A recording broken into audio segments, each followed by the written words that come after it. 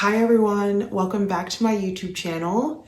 So I just want to start off by saying thank you to everybody for the support. I've had a decent amount of subscribers lately, likes, comments, and I appreciate every single one of you. Even people that are just watching the video, I appreciate it. I'm very excited about this channel and what's to come. So yeah, just want to start by saying thank you.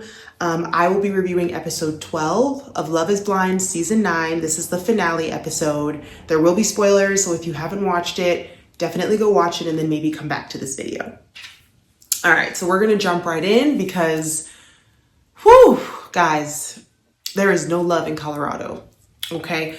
I don't wanna say there's no love in Colorado, but there's no love this season, okay? The love was missing. That part must have been lost in translation. Something went wrong, okay? But let's get into it. All right, so the episode begins and we see that they're having, like the girls are having their bachelorette party, the guys are having their bachelor party, and you know, they're all kind of voicing some of the concerns that they have at this point and things that they're talking about and weighing out. So we see Megan and she's talking with her friends and saying that she feels like her and Jordan have very different lifestyles, which is true. I mean, there's big lifestyle differences. They're in completely different tax brackets, right? So there are big lifestyle differences there.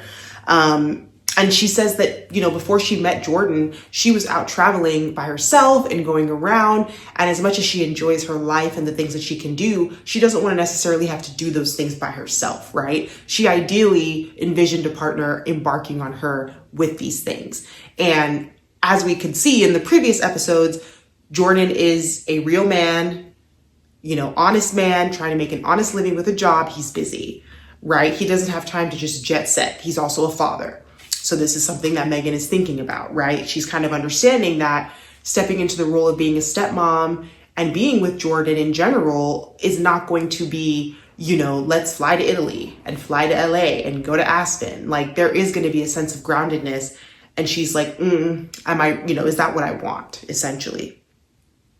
So we see one of Megan's friends basically say that her biggest fear is that Megan will say yes at the altar on behalf of Jordan's son, Luca. Or not on behalf, but basically because of his son, right? Meaning like, is Megan going to say yes because she wants to be with Jordan? Or is Megan going to say yes because she's fallen in love with his son? You know, and I think she's made a very, very good point because as we can see this season, the amount of times Megan has mentioned Luca and the fact that he has type 1 diabetes in relation to her father passing and what happened with his diabetes, like it is so crazy. Like, are you marrying, like you're marrying Jordan, right? Like, what about Jordan, right? Are you excited to embark on? We hear about Luca way too much. So I think that her friend is voicing a very honest concern that Megan really needs to think about, right? Like, hopefully you would want to marry Jordan as well. And you're, you know, like it's a concern that I have. And I think a lot of viewers have where we've just seen Megan bring this up a lot, right? And hopefully she's going to be marrying Jordan for the right reasons. So we go back to Allie and we see that one of Allie's friends is mentioning that Anton is Russian and that it is a tradition in Russian culture to, you know, for the Russian guy to support their wife, right? Like to kind of play that role as like the provider, essentially. So Allie's friend, one of Allie's friends, we see her ask Allie if she's okay with the fact that Anton is a truck driver, essentially. And says that a woman of Allie's caliber would kind of look down on that type of job. To this, right? And Allie says that Anton has a plan to maybe open a barber shop or even a restaurant at some point, and that essentially he doesn't have plans to only be a truck driver. Now, one of Allie's friends then goes on to tell Allie that you have to take Anton for what he is now. You can't fall in love with the potential of what Anton could be in the future.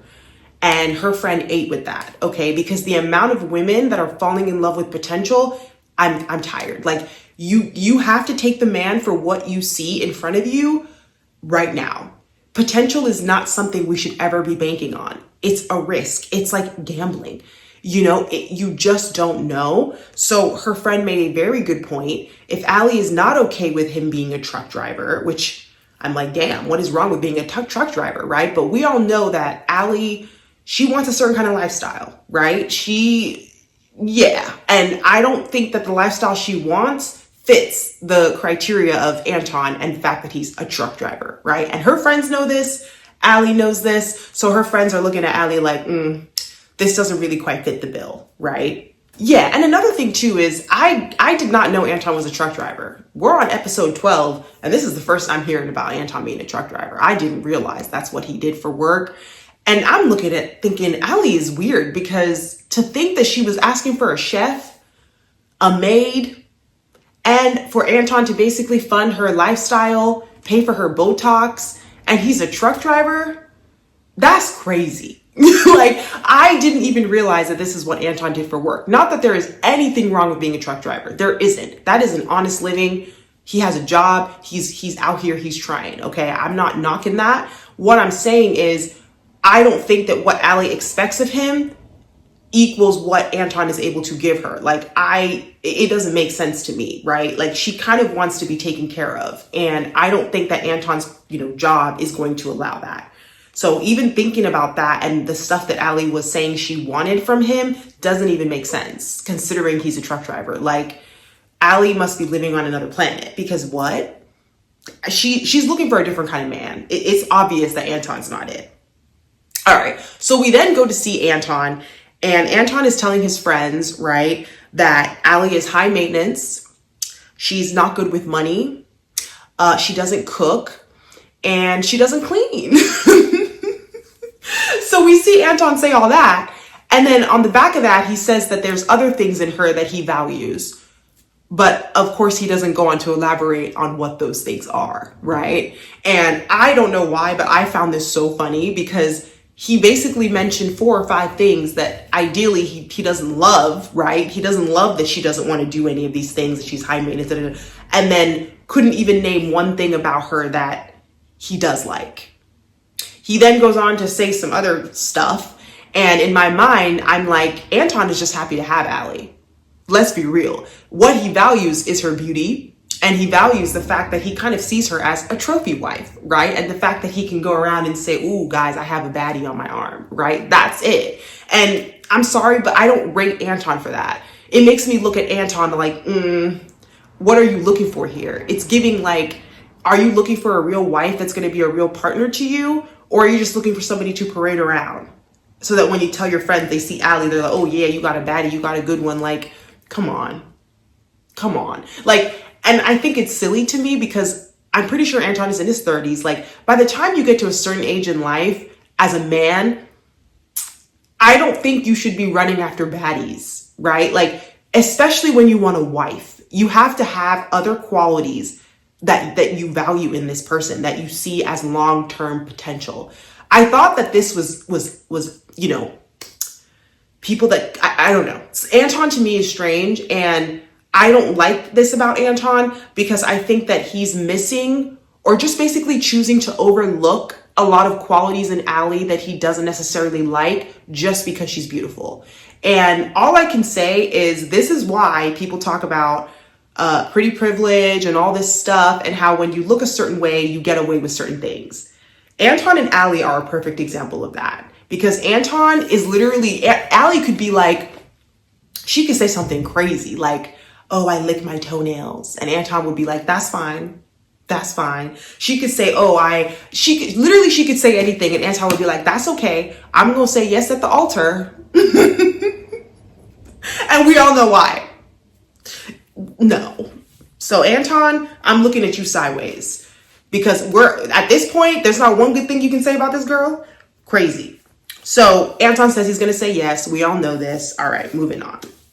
So then we see Allie and Anton are basically the first ones to show like their wedding ceremony. We see Anton say that his biggest fear is that Allie will say no on the wedding day. And we see Allie's mom basically say that she's scared because of Anton's drinking.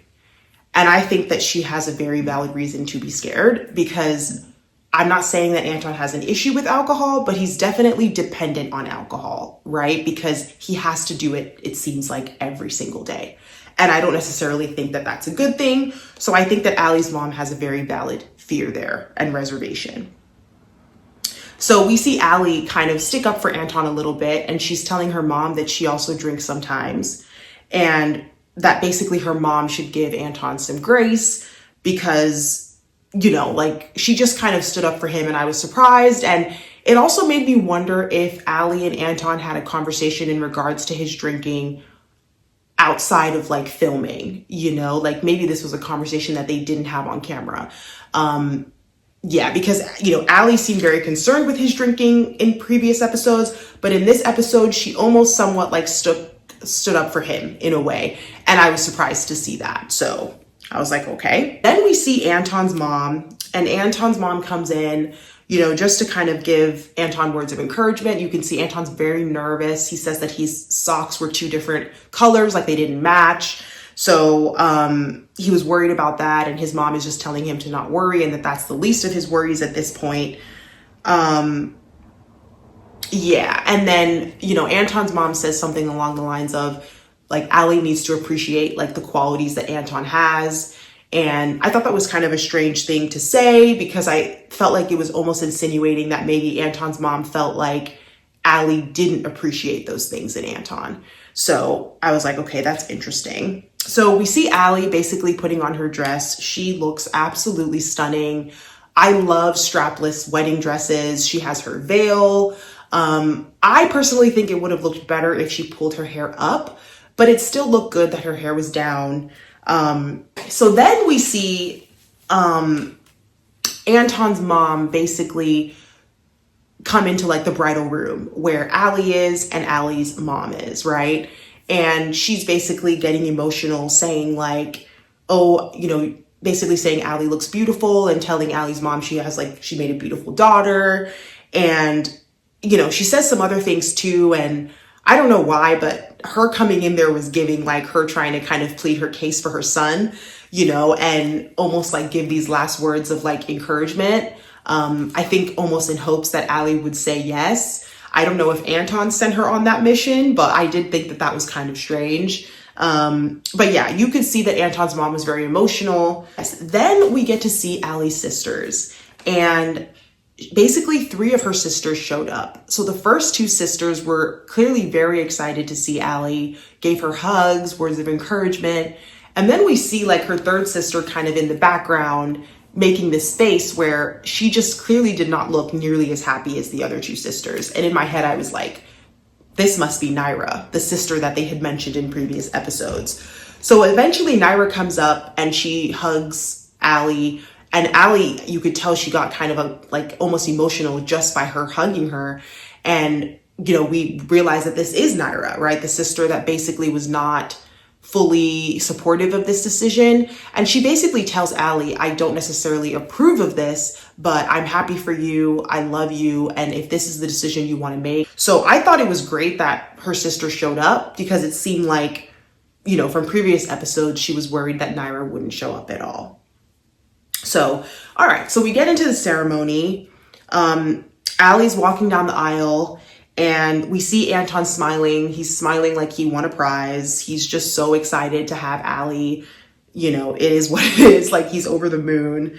And yeah, all I have to say about this couple is, from the get-go, I've never really felt like a very strong connection between them. I think that a lot of times the things that they talked about, even when Anton would describe Allie, he would say things like, we have similar goals in life. But it was never really compliments or anything about like Allie as a person. He was never like, oh, I love Allie's laugh. I love, like, it was never really like deep compliments about who she was as a person. And to me, this relationship was very surfacey, right? And I think that it kind of showed during the wedding. Obviously, we see Anton says yes, right? He was always going to say yes. I wasn't surprised. Allie basically says that, she basically responds and says, I can't be your wife.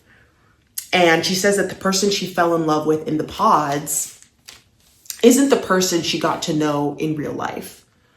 And was I surprised by this? No. I think we all knew that Allie wasn't going to move forward with this. And I think that she's blaming it on, you know, him not being the same person in the pods as he was on the outside, which could very well be true. And I think that's possible. But I think at the end of the day, we all know that Allie was looking for a different kind of man. the demands that she had and the lifestyle she wanted to live did not fit like Anton and who he is. I feel like Anton is just an honest man trying to make a living, like, and Allie's demands were giving like she low-key wants to be like a trophy wife, you know, who just kind of is at home, and like the guy is taking on majority of the load in the relationship, right? So I think that was more of the reason she said no, that she just wasn't necessarily completely content deep down with the fact of Anton being where he is now, like in terms of just being a truck driver. I think she definitely wants more.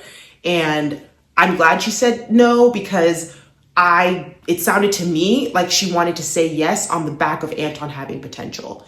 And we do not fall in love with potential, right? So I think it made sense that she said no in the end. Yeah. So then we see Anton's family like consoling him, you know, and I don't know which family member this was, but we hear somebody basically say cold-hearted, BITCH, in regards, I think, to Allie. And I don't know if nobody clocked that, but I was like, huh? Like, that really surprised me. That was not at all necessary. And I thought that was such a strange comment, but I think that goes to tell you that even Allie's response at the altar, there was no like real, like, to me, I didn't really feel the emotion behind it. And I think that maybe part of Anton's family kind of picked up on this too, where they thought that maybe Allie was kind of cold, but that comment was bang out of order. Like, at the end of the day, like, the families don't really know what their relationship was fully like and how they saw each other. So I think to call her out her name like that was wrong. And I think that Allie might have dodged a bullet, because I really didn't like that. I wouldn't have used that type of terminology at all. And then Allie basically goes on to say that Anton also wasn't very forthcoming about his lifestyle, and some of the information that she heard from his friends basically threw off her perspective of him in real life, which we did see, right? But she also mentioned things like it wasn't just about the drinking. She said it was also like eating habits. Like, maybe he said he was a lot healthier than he really was. And I'm not gonna lie, like, I think Allie made the right decision. Like, looking at Allie and Anton, just the drinking alone would have been a no for me, right? I mean, yeah, just that reason alone, because I don't like when people are dependent on substances, alcohol, anything like that. Like, because to me, these things are all like things that kind of lower your vibration. I don't want to be with a partner that feels like they have to do these things every day. So I think Allie made the right decision. I wish she would have come to her senses before getting to this wedding, because I think she was always going to say no. That's my take on it. Then we see Calabria and Edmmond, and their wedding is up next. We see Edmmond basically say he's ready to say yes. He seems really excited, and he's looking at the ring and he starts getting emotional. Yeah, he just seems really excited for this day. Yeah, and then we see Calabria. She says that Edmmond makes her feel loved. Yeah, and that she's really excited too. And then we have a scene where we see Calabria's mom talking to Edmmond. And I think this is the first time Calabria's mom has met Edmmond. At least that's what it seemed like on camera. So Calabria's mom asks Edmmond who he has coming to the wedding. And Edmmond basically says it's his rollerblading community, his favorite teacher and her husband, as well as his dad, and that his mom actually couldn't make it to the wedding. Yeah, I was surprised to hear that his mom couldn't make it to the wedding. After meeting her a couple episodes prior, I did think that if anybody came to support him, his mom would be there. And I personally did not like that. Unless his mom was out there on her deathbed somewhere, why couldn't she have shown up to this wedding? Didn't like that. And I don't like that, because I feel like your wedding is one of the most important days in your life, considering what Edmmond has been through growing up, and I'm sure countless times where his mom didn't show up for him. Why couldn't she show up for this one day? But that's all I have to say about that. I mean, it's awesome that his teacher could come and support him. So, you know, that's great. All right. So we then get to see Edmond's 5th grade teacher. Her name is Jessie. And basically when Jessie entered the room, you could just see Edmond's face light up. He was so excited to see her. And, you know, he says that she was basically like his guardian angel. And guys, I got kind of emotional. I was just like, oh, this is so cute, because I can only imagine what it was like for Edmond growing up and not having that family support, and basically like having to kind of rely on that support from other people.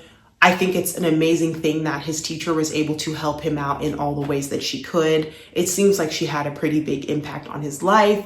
And I thought that was very, very cute, because I know it's just not easy for kids that grow up in the foster care system. Like, it really messes people up. And I know that it's impacted Edmond even up till today. So yeah, that was amazing to see. Yeah, and then you see the teacher talk about things like, at one point she was making sure that Edmond had food on the table. Like, there was a lot that she, did to kind of help him, because she probably could understand the situation that he was in as a child. And she just says she's very proud of him and the fact that he graduated college and kind of beat all the odds despite like what he went through growing up. Okay, so then we see Calabria. She's putting on her dress and she looks absolutely beautiful. I love what she did with her hair. The only critique I have is I didn't really like the bottom of her dress. I wouldn't have chose a dress that like poofed at the bottom like that. I think it looks a lot better when the material is not so loud at the bottom. But other than that, she looked great. Okay, so we see Edmond's teacher, Jessie, basically walking him down the aisle. And the one thing I did notice is Edmond still had this comb in his hair. I don't know why, but when I looked at first, I didn't think I saw a comb. And then I was like, wait, this guy still has a comb in his hair. He couldn't take this comb out for the ceremony. Like, I just was like, that threw me. Like, the one day of your wedding, you can't take this comb out your hair. Oh my God. Like, all I can say is his suit, the way he looked was just very much Edmond. And something about that to me is actually kind of endearing. I feel like he is who he is, take it or leave it. And he's not afraid to just show himself in his style. We've seen this all season. So one thing that stood out to me, like during the ceremony, was Calabria's vows. And she basically says something like, she basically says that she fell in love with Edmond's story in the pods. And that really stuck with me, because she didn't say that she fell in love with Edmond for who he was, right? Like, she fell in love with his story.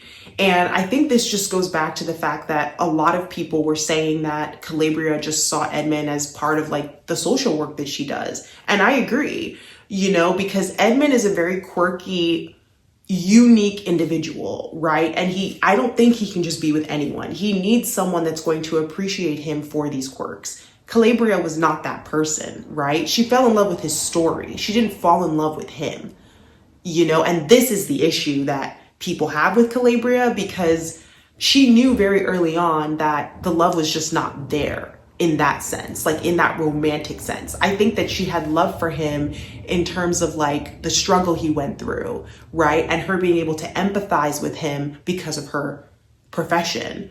But that does not equate to love, right? Like, it's not the same. So basically Edmond says yes. We all know Calabria says no, right? And Edmond lets out this scream of pain that made me kind of sad. I was like, ooh, I felt that, like you could just feel the emotion in him. Like, he was very disappointed. And I think he was very hopeful that this would work out, and it hasn't.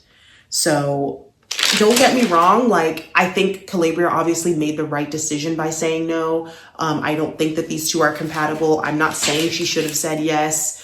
I just don't think she should have made it this far in the process. Like, she could have said no a long time ago, episodes and episodes and episodes ago, but she decided to literally wait until the wedding day. So we see Calabria apologizing. Edmond says he's not okay. He starts crying. And Edmond says that he respects Calabria no matter what. And then they basically end up walking out of the ceremony together, holding hands. And then at some point, Edmond just says he needs to take a walk on his own. And we can see that he's still like very distraught and emotional about the decision and this whole day. Yeah, we then see Calabria crying in the bridal room, talking to her mom, saying that she just feels so bad that she, hurt Edmond. And all I can say is we know why Calabria feels bad. She feels bad because deep down she knows that it was a no episodes and episodes and episodes ago, you know, but she decided to basically play in Edmond's face, pretend like there was hope, right? Wait till the wedding day and then say no. Have all of his family there, his community there. Like, I don't understand that. I don't. And as much as people are dragging people like Joe or anybody else from this season that basically cut and run before they could get to the altar, Casey, all these people, at least they got out before they got to the end. I just do not like that Calabria dragged it out this long. And it does make me start to wonder if they have incentives to drag it out this long, which is what people have been saying online, that they must get compensated. There must be a reason why you would stay in it until the wedding when your heart is clearly not in it, you know? So I think Calabria feeling bad is because deep down, she knows that it was a no a long time ago, you know, and she just decided to kind of take it this far. Why? I don't know. You know, there must be something that she got on the back end, because to me, this makes no sense. Absolutely no sense. We then see Edmond and he's speaking to his teacher, and, you know, she says he felt, well, basically Edmond says that he felt like this was his best chance of getting married, which I thought was really sad to hear. And he kind of just talks about how he's tried everything. Dating is clearly not easy for him. It's not easy for anyone, but it's especially not easy for someone like Edmond, right? Because he's a very unique individual. So in his mind, he thought that this was it, you know, and he, you know, that was kind of sad because I think he's thinking like, well, who is ever gonna marry me type of thing. He does need a very particular person. I just don't think Calabria is just, she was never that person. She was never that person. So yeah, Edmond's teacher just kind of gives him words of encouragement and says to kind of keep his head up. All right, so we then go to Megan and Jordan, okay? And, you know, I was confused because I thought, well, why are they not in the bridal rooms? Why are they not getting ready for their wedding, right?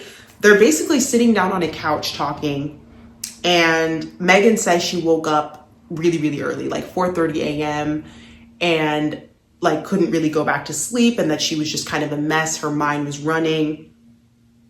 And she basically says that they're very different. And she talks about how he eats the same things every day. And, you know, Megan once again mentions that she doesn't want to be traveling by herself, right? And that she wants a partner to go on these trips with her. And then Megan also mentions that the men she dated in the past had a flexible schedule, so they could jet set around the world with her, right? Something that Jordan doesn't have. Jordan responds, and Jordan's response was exactly what I was thinking in my head. So I was so glad that he said this. But Jordan basically says he doesn't know why Megan chose him in the pods. And I don't know why either. Because the way Megan was talking, it was almost like she just discovered episode 12, that Jordan was an honest man, earning an honest living, basically being a father, trying to just make it in this world. He's a normal, regular guy. And she acts like she just discovered this and didn't know this when they were talking in the pods. So Jordan is looking at her like, what? You're breaking up with me? Because in his mind, he's like, what is happening here? You know, and I don't get it either, because I'm like, Megan is too old at this point, right? She's in her 30s to not understand the kind of man that Jordan is. He's nothing like the men you've seen in the past. You knew this. So why did you choose this man? It absolutely makes no sense to me. So yeah, she acts like she doesn't know that he has a job and that he drove a Kia and that he was just a regular guy. And there's nothing wrong with being a regular guy, but that's nothing like the guys Megan used to see. Of course, he can't be just flying all around the world. He also has a child. He's a father. Jordan basically says that he's a normal guy and, you know, he's just trying to provide, be a good dad and live life. Like, what else can he do, you know? So Megan basically responds and says that Jordan is very easy to love, and that she kind of leaned into the idea of opposites attracting, especially when they were in the pods and even outside of it. And, we see Megan basically say that she has reservations and that based on the way she feels now, she doesn't feel comfortable even going to the altar. So Megan apologizes and starts crying, and we can see that this is clearly a breakup. Megan is like, I'm not gonna, do a wedding just to say no. And for that, I do appreciate Megan for it, because why get all his friends and family together just to get up there and tell this man no, right? But I mean, I just don't get how Megan has come to these realizations in this episode, as if she didn't know who Jordan was from the beginning. It's crazy. This was the one couple I was banking on. So this is just very disappointing. So basically Megan says she can't do this and that it doesn't feel right. Jordan isn't really saying much throughout this whole thing. Yeah, but you can tell he's mad. I think he's just trying to stay composed, especially because he's on camera, but he's not happy. And he basically says he has nothing else to say and that he has to go pick up his son from school. And then we see Jordan basically telling production that the one regret he has was introducing Megan to his son. And yeah, I understand how Jordan feels, considering the fact that Megan wanted to meet his son so badly, and I just, yeah, it's very disappointing. I can understand why Jordan is disappointed, because he thought that Megan would accept him for who he was. Jordan never pretended to be anybody other than himself. He was true to himself, and he thought that that was okay for Megan. So for Megan to now basically drop this on him, he's surprised, because he's like, you knew who I've been since the pods. I haven't pretended to be anyone else. So how are you saying no episode 12 and breaking up with me? It's crazy, So yeah, I was sad to see this. I do think it's good that Megan didn't walk down that altar to say no, but this was the one couple I was banking on. And so we have no marriages this season. This is the first season that there have been no marriages. This has never happened before, from my knowledge of Love is Blind. So yeah, I'm kind of glad this is kind of the end. This is the last episode. I don't really understand what is going to happen at the reunion, because there are no couples to even talk about. If anything, I think people need to answer some questions, maybe start to talk about there's a lot of things that I need answered, because every single person this season was problematic. Every single person. And even if you look online now, there's still allegations coming out about certain people. Casey's still getting a terrible rap. I'm pretty sure that they found out that Annie has DUIs from drinking in the past, the hairdresser that always had crazy hair. So yeah, people need to answer to what the heck happened this season, because it just does not make any sense. So that's basically how this ends. And then we see a teaser for the reunion. We see Nick Lachey asking Megan if she still feels like she's not cut out to be a mother, right? Because basically in this 12th episode, we see Megan reflecting on the breakup with Jordan, saying that she might not be fit to be a mom at all, and she's crying, thinking maybe she's not cut out for it. But then in this teaser for the reunion, after Nick Lachey asks Megan that, Megan says she has a surprise. So based off of that, I can already guess what's going on. Megan probably moved on, found somebody else, and probably has a child, right? So, yeah, I'm excited for this reunion, because this whole season was the definition of, it was terrible. It was just terrible. So this reunion will just be people having to answer for their ridiculous behavior, because I'm like, what else are we going to see, right? But anyway, I'm still excited to see what they have, for the reunion. So I'll definitely be reviewing that. Thank you guys for watching. Please like, comment, and subscribe. Thanks. Bye.